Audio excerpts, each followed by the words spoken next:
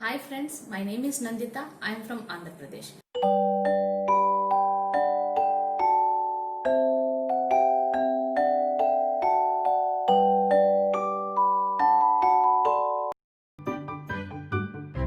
Children, let us discuss about petrol and diesel and where does it comes from.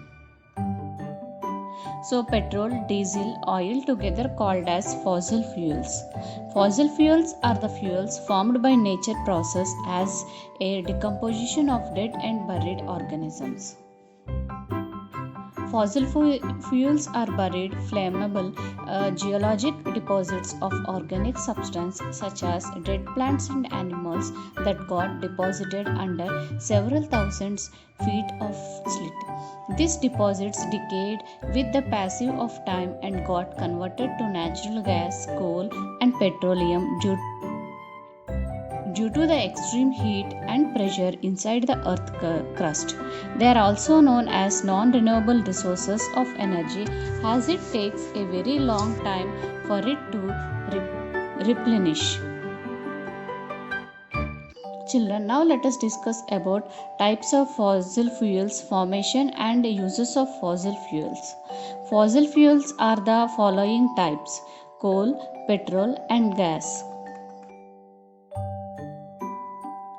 First, let us discuss about coal. Coal, it is a hard black colored substance made up of carbon, hydrogen, nitrogen, oxygen and sulfur. The major types of coal are anthracite, bituminous and lignite. Anthracite has a large carbon concentration and it is the hardest type of coal. Lignite has a high concentration of oxygen and hydrogen but a low concentration of carbon. Bituminous is a moderate form of coal. Coal is processed industrially to obtain derivatives like coke, coal tar and coal gas. Now, let us discuss the formation of coal. The process of formation of coal is known as coalicification. The dense forest present in the low-lying wetland got buried in the earth million years ago. Soil kept depositing over them and it got compressed. As they went deeper and deeper, they faced high temperature and pressure. As a result, the substance slowly got converted into coal.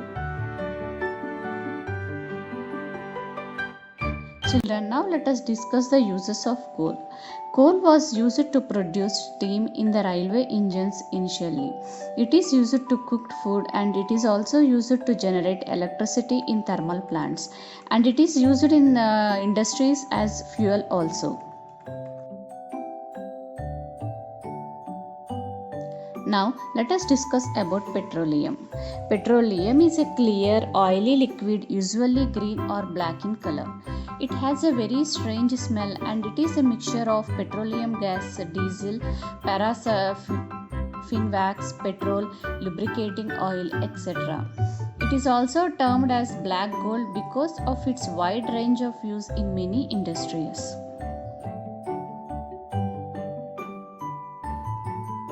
Formation of petrol. The sea animals and plants died and their bodies settled at the bottom of the sea. They got compressed by the layers of sand and clay. Their encounter with high temperature and pressure converted them into petroleum. The petroleum is separated from the crude oil by a series of processes in a refinery. This is known as petroleum refining. Now let us discuss the formation of petrol.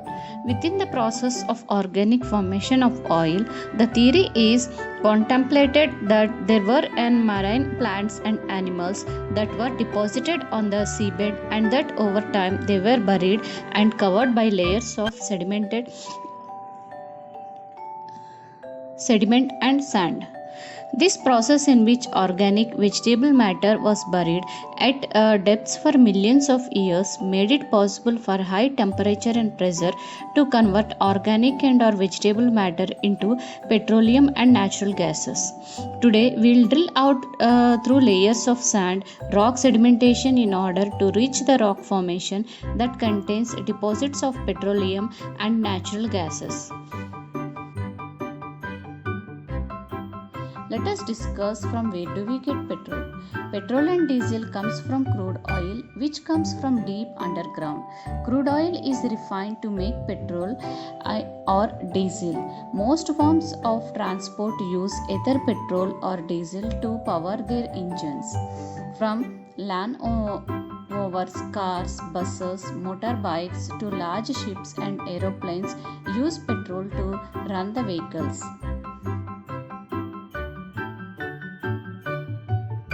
Now let us discuss how do we get petrol. The first part of refining crude oil is to heat it until it boils.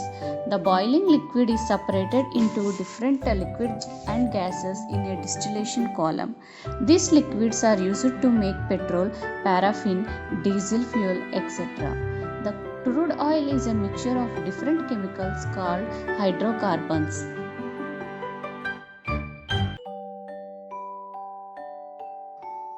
Children, now let us discuss the uses of petroleum.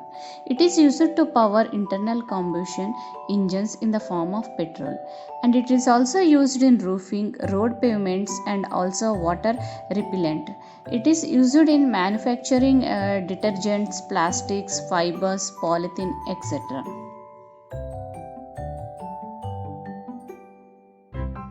Let us discuss about kerosene.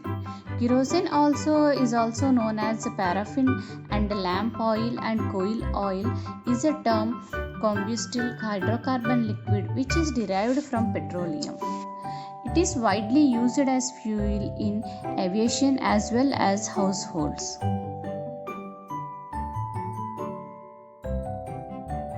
Now let us discuss another fossil fuel called natural gas. Natural gas, it is a clean and non-toxic fossil fuel. It is colorless and odorless and can be easily transferred through pipelines. It is stored as compressed natural gas CNG under high pressure. It has a less polluting and less expensive fossil fuel. Methane is the most important natural gas.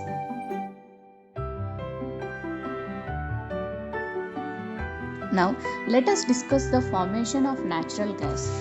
The phytoplankton and zooplankton sink to the bottom of the ocean and mix with organic materials to form an organ-rich mud. The mud buried under more sediments and lithifies to form an organic shale. This prevents its export to oxygen. This is done to protect the organic material from being decomposed by bacteria. The increasing pressure and temperature transforms the shale into a wax material known as kerosene. At the temperature between 90 degrees to 100 degrees centigrade, the kerosene is transferred into natural gas. Now let us discuss the uses of natural gas. Compressed natural gas is used for generating power, and it is also used as fuels in automobiles, and it can be used at homes for cooking. It also used as starting material in chemicals and fertilizers. Children, now let us discuss what is CNG used for. CNG, also known as compressed natural gas, is an eco-friendly alternative to gasoline, made by compressing natural gases like methane down to less than 1% of its volume. CNG fuel is safer than gasoline and diesel because it is non-toxic and does not contaminate groundwater. Now let us discuss how this CNG formed. CNG is produced by compressing natural gases to less than 1% of its volume at standard atmospheric pressure. To provide adequate driving range, CNG is stored on board a vehicle in a compressed gaseous state at a pressure up to 3,600 pounds per square inch. Children, let us discuss, are fossil fuels are renewable? Fossil fuels are non-renewable sources of energy energy. Most of the energy used is obtained by burning of fossil fuels. These fossil fuels are used up at the faster rate. They cannot be regrown at the scale compressed to the consumption. With the increased demand of the production of various engines, fossil fuel energy is declining. It is difficult to replace them. That is why they are known as non-renewable source of energy. Renewable energy. Renewable energy is energy that is collected from renewable resources which are naturally replenished on human timescales such as sunlight, wind, rain, tides, waves, and geothermal heat, etc. Children, now let us discuss about non-renewable energy comes from sources that could eventually run out. Yes, all fossil fuels are non-renewable resources. It took millions of years to form fossil fuels and we are currently using it up faster than it is being made. Another challenge to using non-renewable resources is that they can be cause pollution. Burning fossil fuels releases chemicals into the air and water. Reducing our dependence on fossil fuel is important, so governments are working hard to enough scientists and industries to find new sources of energy and to improve alternatives.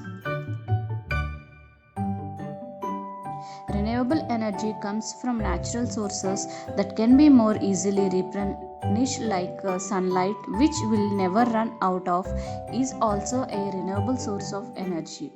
The other sources of renewable energy is included like wind, water, sunlight, and geothermal energy.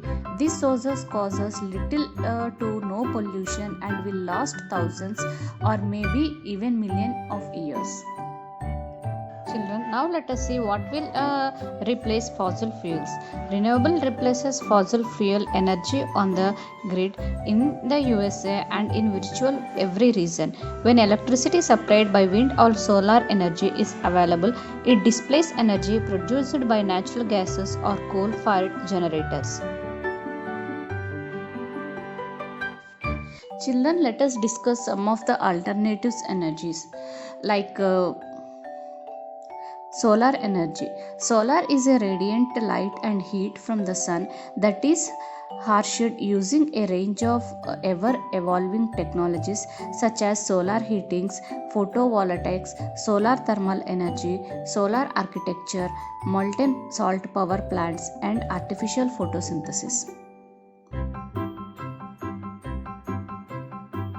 Now let us discuss why solar energy is important. Solar energy, a clean source.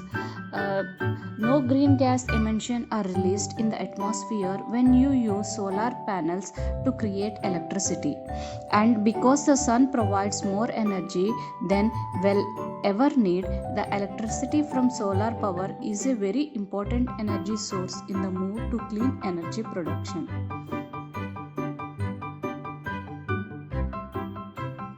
Now let us discuss about wind energy. Wind energy is a form of solar energy. Wind energy describes the process by wind is used to generate electricity. Wind turbines converted the kinetic energy in the wind into mechanical power. A generator can be converted mechanical power into electricity.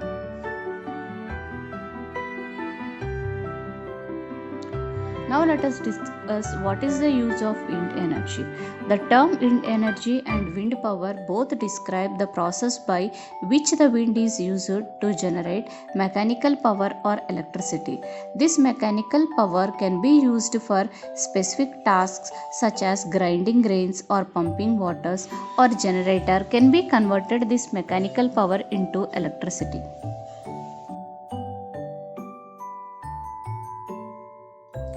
Children, let us discuss about biogas. Biogas is a mixture of gases produced by the breakdown of organic matter in the absence of oxygen, primarily consists of methane and carbon dioxide. Biogas can be produced from raw materials such as agricultural waste, manure, municipal waste, plant material, sewage, green waste, or food waste. Biogas differs from natural gas in that it is a renewable energy source produced biologically through anaerobic digestion rather than a fossil fuel produced by geological process. Biogas is primarily composed of methane gas, carbon dioxide, and trace amounts of nitrogen, hydrogen, and carbon dioxide.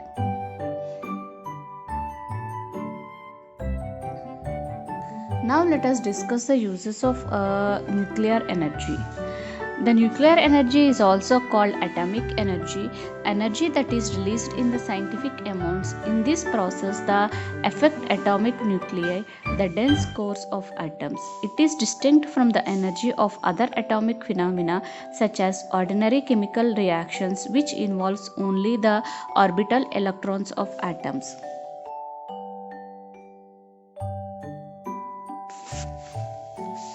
Let us see is nuclear energy is good. Nuclear power releases less radiation into the environment than any other major energy sources. Second, nuclear power plants operate at much higher capacity factors than renewable energy sources or fossil fuels. Nuclear energy is a clear winner on reliability. Children, now let us discuss advantages and disadvantages of fossil fuels. Advantages: the fossil fuels can generate a large amount of electricity at a single location. They can be found very easily. They are cost effective. Transportation of oil and gas can be done easily through pipelines. They have become safer over time. Despite being a finite resource, it is available in plenty. Now let us discuss about disadvantages of fossil fuels. Fossil fuels emit carbon dioxide when they are burnt, which is a major greenhouse gas and is the primary source of pollution. This has contributed to global warming. There are non-renewable resources, that is, one used they cannot be replaced. Combustion of fossil fuels make the environment more acidic. This leads to unpredictable and negative changes in the environment. Harvesting of fossil fuels also causes fatal diseases among the people. For example, the coal mines often suffer from black lung disease. The natural gas drills are constantly exposed to chemicals and silica, which is dangerous for their health. These are the natural sources of energy and have expensive application in industrial as well as domestic process. Children, a new study published today in Science Advance finds that if we burn all the remaining fossil fuels on the earth, almost all of the ice in Antarctic will melt, potentially causing sea levels to rise by such as 200 feet, enough to drown most of major cities in the world.